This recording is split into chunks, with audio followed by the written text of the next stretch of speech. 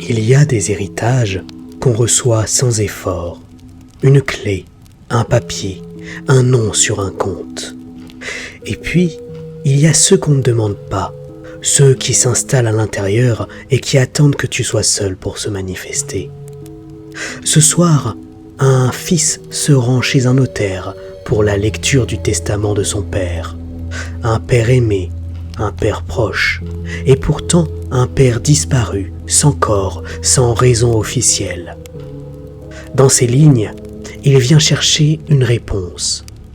Il va surtout découvrir que certaines choses se transmettent sans passer par l'encre. Bienvenue dans le noir.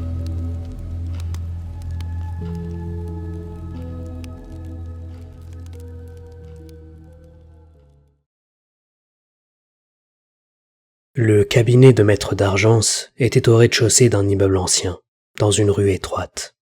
La façade avait été nettoyée récemment. La plaque en laiton brillait. Son nom était gravé net. J'ai poussé la porte. Le chauffage était presque étouffant dès l'entrée. L'odeur de papier, de bois ciré et ce fond de produits d'entretien qui reste dans la gorge.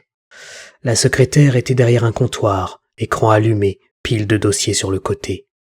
Elle m'a demandé mon nom sans lever la voix.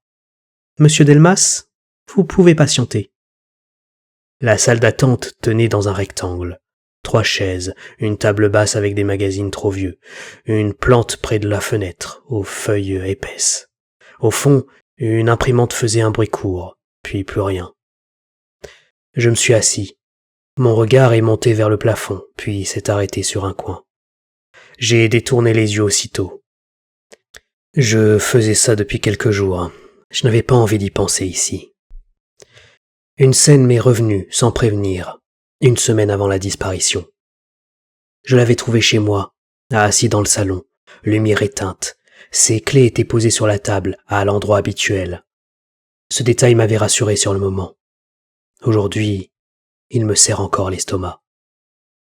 Ma main était partie vers l'interrupteur. « Laisse !» Un mot simple, sec. Je me suis assis en face de lui.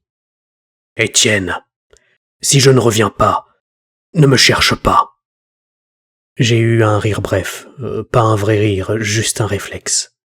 « Mais pourquoi ?» Il a baissé les yeux vers ses doigts, et il tremblait légèrement. « Il y a quelque chose chez nous que l'on se transmet de génération en génération, mais ça n'a rien à voir avec un héritage classique. » Je restais circonspect. Je m'inquiétais soudainement de son équilibre mental. Avant de partir, il m'a regardé droit dans les yeux. « Promets-moi quelque chose. Si tu trouves un écrit de moi, ne le lis jamais à voix haute. » Le souvenir s'est coupé quand la porte du bureau s'est ouverte. « Monsieur Delmas, maître d'Argence va vous recevoir. » Le couloir était court, moquette sombre, 2 cadres et aucun bruit de rue. J'ai suivi la secrétaire. Elle a frappé à la porte, puis elle est repartie. D'Argence s'est levé quand je suis entré. C'était un homme de grande taille, au corps raide, au visage pâle et au regard clair. Il m'a serré la main. Sa paume était froide et sèche. Son bureau était rangé au millimètre près. Ses dossiers étaient parfaitement alignés, son sous-main particulièrement bien centré, comme s'il avait un sens accru du détail et de l'ordre. Il a ouvert un dossier, a lu une première ligne, puis s'est arrêté. Ses doigts sont restés posés sur la chemise cartonnée. « Votre père a laissé des instructions particulières. » Je m'en doute. Il a relevé les yeux. Il est venu sans rendez-vous. Il voulait que ça soit fait tout de suite. Il a sorti une enveloppe noire scellée à la cire rouge. Sur la cire, un symbole, un cercle traversé d'un nœud. Au même moment, une démangeaison a traversé mon poignet sous la peau. Le réflexe de me gratter est apparu, mais je l'ai contenu, me concentrant alors sur les paroles du notaire. D'Argence a baissé la voix. « Je dois vous la remettre seulement si vous êtes venu seul. » Il a semblé hésiter un court instant. « Et seulement si, comme me l'a énoncé votre père, vous avez déjà remarqué des fils. » Je n'ai pas répondu. et il n'a pas insisté. Il a regardé par la fenêtre une seconde. « Votre père vous demande de la lire chez vous et de ne pas prononcer ces mots à voix haute. » Je souriais tristement. « Cela vous arrive souvent d'avoir des demandes aussi particulières ?» Il est resté stoïque. « Cela arrive parfois, monsieur Delmas. Cela arrive parfois. » Il a poussé l'enveloppe vers moi. Je l'ai prise. Dehors, la lumière m'a pris au visage. Les gens marchaient, parlaient, riaient. Je me suis assis sur un banc à l'ombre et j'ai brisé le seau. L'écriture de mon père, je la reconnaissais. Ce jour-là, les lettres avaient l'air plus serrées. Mon grand, si tu lis ceci, c'est que je n'ai pas été assez fort, ou pas assez rapide. Je préfère ta colère à ce qui vient ensuite. Il y a dans notre sang une présence ancienne. On la reconnaît tout d'abord par les premiers signes. Des fils au réveil, des démangeaisons sans qu'il n'y ait la moindre plaie, une attirance indicible qui nous force à examiner chaque coin. Et cette impression terrible que quoi que tu penses, quelqu'un l'entend également. Dans le coffre numéro 9 de la Banque Le Noir, tu trouveras un flacon de sel noir et de cendre. Trempe-y tes mains, trace le nœud sur la feuille. Je vais tenter de rompre le cycle avant de devenir un nid. Si je réussis, tu ne me retrouveras jamais. Si j'échoue, alors que Dieu soit miséricordieux. Si tu trouves des pages que je n'ai pas écrites, ne les lis surtout pas à voix haute. Je t'aime, papa. À la fin, un goût de fer est monté dans ma bouche, une gêne au coin des lèvres aussi. J'ai passé le doigt, j'ai senti quelque chose de fin, collé à la peau. Un filament. J'ai tiré doucement. Ça a résisté. La douleur n'a pas été sur la lèvre, non. Elle est partie dans la poitrine, nette, profonde. Le filament a cédé d'un coup. Je suis, quelques secondes, resté à respirer trop vite. J'ai regardé précipitamment autour de moi, avec l'inquiétude qu'un passant m'ait surpris. Mais les quelques personnes présentes ne faisaient guère attention. La banque était à 10 minutes. Hall clair, guichet, affichage de numéros. On m'a fait signer un papier, puis un employé m'a conduit derrière une porte, dans une salle froide, avec une table métallique et des rangées de coffres. Le coffre numéro 9 s'est ouvert avec un claquement sec. À l'intérieur, j'y ai trouvé un flacon de verre épais, scellé, une feuille blanche rigide, un carnet de cuir. Sur la première page du carnet, une phrase en lettres nettes disait « Ne jamais lire à voix haute ». Je l'ai refermé avec nervosité, ne comprenant pas ce que j'étais en train de vivre. Chez moi, j'ai tiré les rideaux, j'ai éteint la lumière du salon, j'ai posé une bassine métallique sur la table.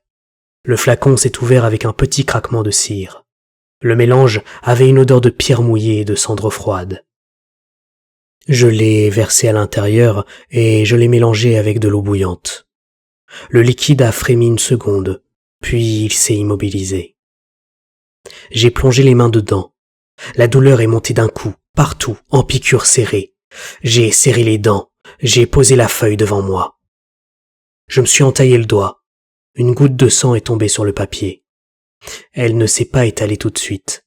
Elle s'est étirée en un trait très fin, comme si quelque chose cherchait déjà à en faire une ligne. Le symbole du sceau était dans ma tête. J'ai commencé à tracer le nœud, lentement. Au deuxième trait, une tension a traversé mes poignets, faible mais claire, comme une résistance. J'ai continué sans relever la main. Quand le nœud a été complet, le frémissement dans la bassine s'est arrêté. Mon téléphone a vibré sur la table. Numéro inconnu. Un message court. Tu as coupé une ligne, mais la toile existe toujours. Mon estomac s'est contracté. J'ai levé les yeux. L'angle du plafond, au-dessus du salon, semblait plus sombre que le reste. Un craquement de bois a retenti dans la pièce voisine. L'armoire de mon père, celle que j'avais récupérée après sa disparition, était entr'ouverte. Je n'y avais pourtant pas touché depuis des semaines. Je me suis approché. Mes mains étaient encore douloureuses, engourdies. J'ai tiré la porte. À l'intérieur, une liasse de feuilles attachées par un fil très fin. Sur la première page, l'écriture de mon père. Et ce n'était pas de l'encre. Les lettres avaient l'air faites de fibres collées, brunies. J'ai lu une ligne. « Mon grand, si tu lis ça, alors elle écrit encore. » Juste en dessous, une autre phrase a commencé à apparaître. Lentement, les fibres se mettaient en place, l'une après l'autre. Je suis resté figé. Dans le reflet de la vitre de l'armoire, j'ai aperçu mon ombre, mais quelque chose s'y était ajouté. Un prolongement fin au niveau du torse et des bras, impossible à attraper précisément, mais assez pour que je détourne les yeux. J'ai refermé l'armoire d'un coup. Je suis resté là, appuyé contre le mur, à respirer trop fort. Mes mains brûlaient, ma gorge était sèche. Je n'avais pas cru mon père et ses paroles empreintes d'une démence naissante. Maintenant, chacune de ces paroles restait gravée dans ma tête. Je ne sais pas s'il a réussi à rompre quoi que ce soit. Je ne sais pas si sa disparition a été un choix ou un châtiment. Je sais juste qu'à partir de cette nuit-là, je fais attention à ce que je lis et à la façon dont je le lis.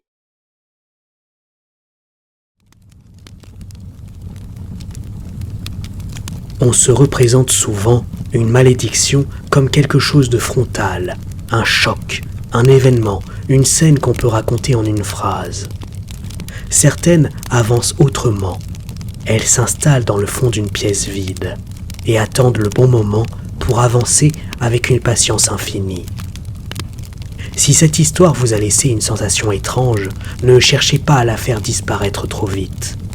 Et si ce soir, vous sentez un fil imaginaire au coin des lèvres, réfléchissez avant de tirer. À bientôt dans le noir.